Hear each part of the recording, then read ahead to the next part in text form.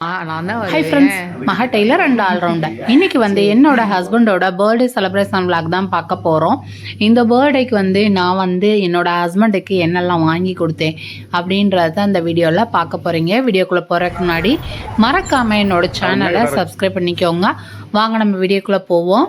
அவங்களோட பர்த்டே இடநாளாக இருக்கனால காலையிலே பிள்ளைகளுக்கு ஸ்கூலுக்கு கிளம்புற டைம் அப்படின்றப்ப சாப்பாடோட சேர்த்து கேசரியும் செஞ்சுட்டு, கேசரி செய்வா பாயசம் செய்வா அப்படின்னு கேட்டதுக்கு உனக்கு எது தோதோ அதை பண்ணியிருப்பா அப்படின்னு சொல்லியிருந்தாங்க. கேசரி தான் செஞ்சுருந்தேன்.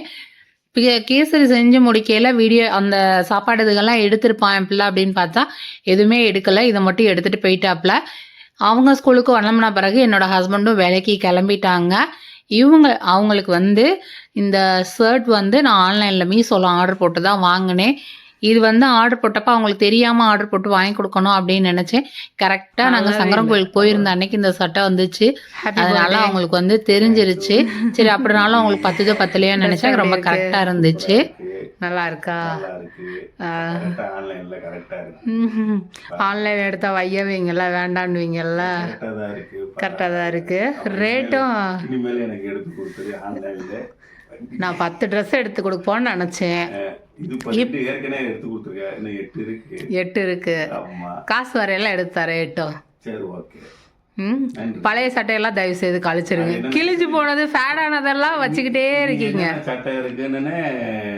நான் ஒரு நாள் உங்களுக்கு ஒரு 10 சட்டை எடுத்து தரேன்.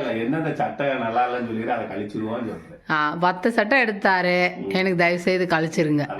எல்லாம் ஃபேட் ஆயிருச்சு. நீட்டா இருக்க சட்டைகளா போடுங்க. சரியா? ஆமா, நான் தான் வருவேன். சரி. காலையில் சமையல் செஞ்சதை என் பிள்ளைங்க எடுத்திருப்பாங்கன்னு நினச்சேன். அவங்க பெருசாக எடுக்கலாம். மத்தியானம் சாப்பாடையில் ஜஸ்ட் சின்னதாக சிம்பிளாக எடுத்திருந்தேன். அன்னைக்கு சாம்பார் முட்டைக்கோசு அவ்வளோதான் வச்சுருந்தோம் அப்படின்றத அப்பயாவது எடுத்து வச்சுருந்தேன். காலையிலேயே பிள்ளைகளும் ஹஸ்பண்டும் வேலைக்கு போயிட்டாங்க, ஸ்கூலுக்கு போயிட்டாங்க அப்படின்றப்ப பெருசாக ஒரு கண்டென்ட் எதுவும் இல்லை அப்படின்றனால இடையில எந்த இதுவுமே எடுக்கலை. ஈவினிங் போல தான் என்னோட பெரிய பையன் டியூஷன் கிளம்பிட்டாப்புல. அதுக்கடுத்து நாங்கள் 3 பேரும் ஷாப்பிங் வெளியே கிளம்பி போய்கிட்டு இருக்கோம். ஷாப்பிங் போகிறோம் அப்படின்னா பெருசாக எங்கே இல்லைங்க. டிமார்ட்டில் ஒரு சில ஜாமான், வீட்டுக்கு தேவையான ஜாமான் வாங்க வேண்டிய இருந்துச்சு. அதை வாங்குறதுக்கு தான் போய்கிட்டு இருக்கோம். என்னோட ஹஸ்பண்டோட பர்த்டே ஜனவரி 21. ஆனால் நான் இப்போ போடுறது கிட்டத்தட்ட 1 மாதத்துக்கிட்ட ஆக போகுது. இந்த வீடியோவை எடுத்து வச்சுட்டேன். எடிட் பண்ணி போடுறதுக்கு நேரம் இல்லை. டெலிட் பண்ணவும் மனசில் இவ்வளோ நாள் ஆயிடுச்சு. அப்புறமும் டெலிட் பண்ணிடலாம் அப்படின்னு யோசித்தேன். சரி இருக்கட்டும், டெய்லி போடுவோம் அப்படின்னு நினச்சி அப்படியே வச்சுருந்தேன். இப்போ தான் எனக்கு எடிட் பண்ணுறதுக்கு டைம் கிடச்சிச்சு. அவங்களோட பர்த்டேக்கு நான் நிறைய கிஃப்ட் பண்ணணும் அப்படின்னு ஆசை. ஆனால் என்னோடய பட்ஜெட்டுக்கு ஏற்ற மாதிரி இப்போ ஒரு ஷர்ட் எடுத்து கொடுத்துருந்தேன். அடுத்து சின்ன சின்னதாக 1-2 கிஃப்ட் வாங்கி கொடுத்துருந்தேன். அது என்ன அப்படின்றத இந்த வீடியோவில் ஃபுல்லாக பாருங்கள். டிமார்ட்டுக்கு பொதுவாக போனோடனே பார்க்குற எல்லா பொருளையும் அள்ளி போட்டுட்டு எடுத்துகிட்டு வரக்கூடிய ஆள் கிடையாது நான். வீட்டுக்கு தேவையான முக்கியமான பொருள் என்ன இல்லையோ அதை எழுதி வச்சுட்டு, இல்லை அதை ஞாபகமாக வச்சுக்கிட்டு அதை மட்டும்தான் வாங்குவேன். எக்ஸ்ட்ரா பொருட்கள் வாங்குகிற பழக்கம் கிடையாது. அதே போல் பார்க்குற பொருள்கள்லாம் எடுத்துட்டு அதை பில் பண்ணிவிட்டு வீட்டுக்கு தம் பண்ணுற பழக்கமும் கிடையாது. இது இந்த இதுக்கு போதும், இது ஒரு 3 மாதம் தான் தாங்கும் அப்படின்ற மாதிரி என்னென்ன பொருள் தேவையோ அந்த இது தான் எடுப்பேன். டிமார்ட்டுக்கு 1 டைம் போனால் ஒரு 3 மாதம் 4 மாதத்தை நெருக்கி போகிற வேலையே இருக்காது. அதே போல் பஜாரில் இருக்கிற ரேட்டை காட்டி இங்கே விலை கூட இருக்கா குறைச்சிருக்கா அப்படின்றத கம்பேர் பண்ணி தான் வாங்குவேன். கூட இருந்துச்சு அப்படின்னா வாங்கவே மாட்டேன். பஜாருக்குள்ளே நம்ம ஆல்ரெடி நம்மளுக்கு நிறைய பேர் கடை பழக்கம் இருக்குது. அப்படின்னாலும் அதை தாண்டி ஒரு சில பொருட்கள், அதாவது இந்த மாதிரி டேரி மில்க்கு, இந்த மாதிரி ஒரு சில பொருட்கள் ஏதோ 1-2 கம்மியாக இருக்குது டிமார்ட்டில், இல்லைன்னு சொல்லலாம். அந்த பொருட்களாக வாங்குவேன். என்னோடய ஹஸ்பண்ட் பர்த்டேக்கு நான் டேரி மில்க் வாங்கி தரேன், வாங்குவோம் அப்படின்னோடனே எடுத்தோடனேயே அது என்ன ரேட்டு அப்படின்னு தான் பார்க்குறாங்க. நான் வாங்கி தரேங்க அப்படின்னு சொன்னாலும் எதுக்கு இவ்வளோ காசு போட்டு இவ்வளோ இது பண்ணணும், சின்னதாக 5 ரூபா 10 ரூபாய்க்கு வாங்கினா போதாதா அப்படின்வாங்க. லேடிஸ் இந்த டேரி மில்க் விரும்புகிற அளவுக்கு ஜென்ட்ஸ் விரும்ப மாட்டாங்க அப்படின்றத உண்மை. எடுத்தோடனே பாருங்கள் அது ரேட் என்ன அப்படின்னு தான் பார்க்குறாங்க. ரேட்டு கிராம் எவ்வளோ இருக்குது அப்படின்றது தான் பார்க்குறாங்க.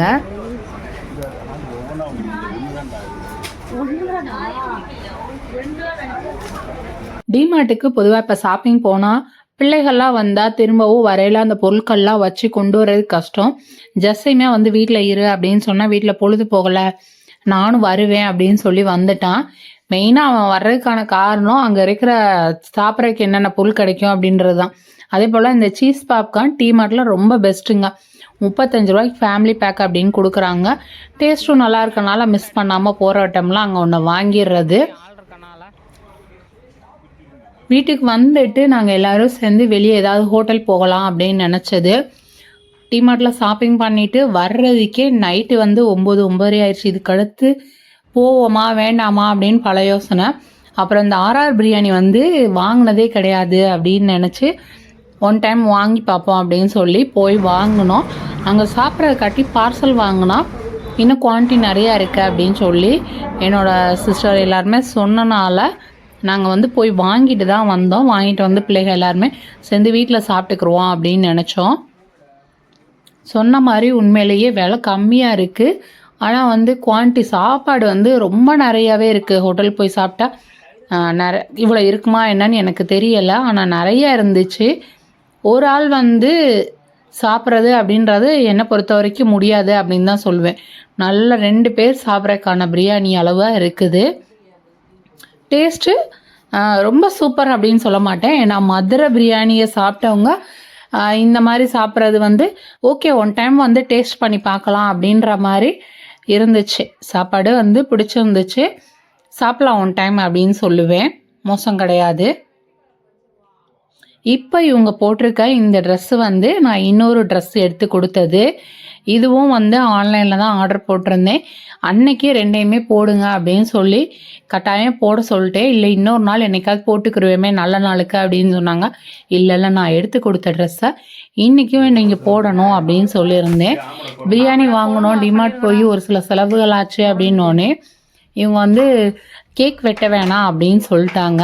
எனக்கு என்னென்னா கேக் வெட்டினா தான் அந்த பர்த்டேயே ஃபுல்லாக ஆன மாதிரி ஒரு ஃபீல் இருக்கும் அப்படின்னு நினச்சிக்கிட்டே இருந்தேன். நீ கேக் சாப்பிட்ணும் ஆசைப்பட்ற அப்படின்னு சொல்லு அப்படின்னாங்க.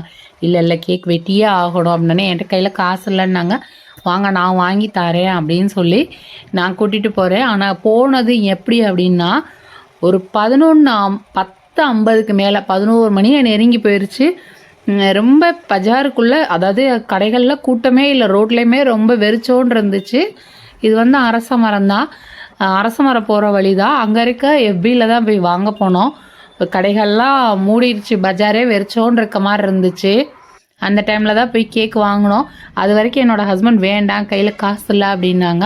பரவாயில்ல வாங்க அப்படின்னு சொல்லி நான் தான் கூட்டிகிட்டு போனேன். அவங்களோட பர்த்டேக்கு இன்னும் பெருசாக காசு இருந்தால் இன்னும் அவங்களுக்கு அந்த 10 செட்டை வாங்கி கொடுக்கணும் அப்படின்றது என்னோடய ஆசை. அதை அடுத்த வருஷமாக அதை நிறைவேற்றுவோம். இப்போ வந்து இந்த கேக்கு வாங்கினோம். வழக்கம் போல் தாங்க போனோடனே சாக்லேட் கேக்கு தான் வாங்குவோம். சாக்கோ டாஃபி தான் வாங்கியிருந்தோம். வாங்கிட்டு வீட்டுக்கு வந்து பிள்ளைகள்லாம் விட்டுட்டு தான் போயிருந்தோம். நாங்கள் 2 பேர் தான் போயிருந்தோம். விட்டுட்டு கேக்கை வாங்கிக்கிட்டு வீட்டுக்கு வந்தாச்சு. எந்த டைம் போனாலுமே நம்ம நினைக்கிற ஃப்ளேவர் எல்லாமே எஃபியில் கிடைக்கும். அதே போல் ரேட்டும் சீப் அண்ட் பெஸ்ட்டாக இருக்கனால அங்கே தான் வாங்குறது.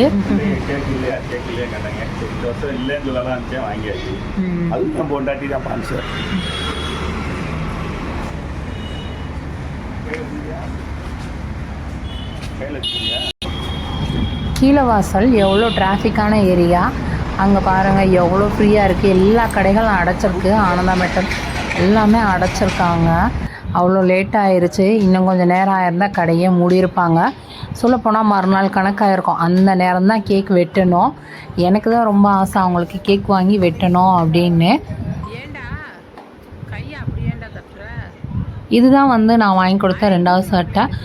ஆன்லைனில் பொதுவாக வந்து நான் எப்போ ஆர்டர் போட்டாலும் அவங்க இருக்கையில் தான் வருது, இல்லை அவங்களுக்கு எப்படியாவது தெரிகிற மாதிரி தான் வந்துடுது. தெரியாமல் சர்ப்ரைஸாக வாங்கி கொடுக்கணும் அப்படின்னு நினச்சேன். எந்த பொருளுமே அப்படி வாங்கி கொடுக்க முடியலை. ஆனாலும் எனக்கு அவங்க செய்யணும் அப்படின்னு நினச்சதை ஓரளவுக்கு செஞ்சுட்டேன் அப்படின்னு நினைக்கிறேன். என்ன தான் வாங்கி கொடுத்தாலும் சர்ப்ரைஸாக வாங்கி கொடுக்குறது அது ஒரு ஆர்வம் இருக்கும். அதுதான் மிஸ் பண்ணிட்டாங்க. எல்லாமே வந்து அவங்க இருக்கிற டைமாக வந்துருச்சு. சரி ஓகே, அவங்களுக்கு வாங்கி கொடுத்தாச்சு. கேக்கையும் வாங்கிட்டு வந்து சந்தோஷமாக வெட்டி சாப்பிட்டாச்சு. இவங்களோட பர்த்டே ரொம்ப சூப்பராக செலிப்ரேட் பண்ணிட்டோம். இந்த வீடியோ உங்களுக்கு பிடிச்சிருக்கும்னு நினைக்கிறேன். பிடிச்சிருந்துச்சுன்னா லைக் பண்ணுங்கள், மறக்காமல் என்னோடய சேனலை சப்ஸ்கிரைப் பண்ணிக்கோங்க. ஓகே, தேங்க்யூ, பாய். கடைசியில் அந்த கேக் வாங்கி வெட்டுறதா தான் காசு இல்லைன்னு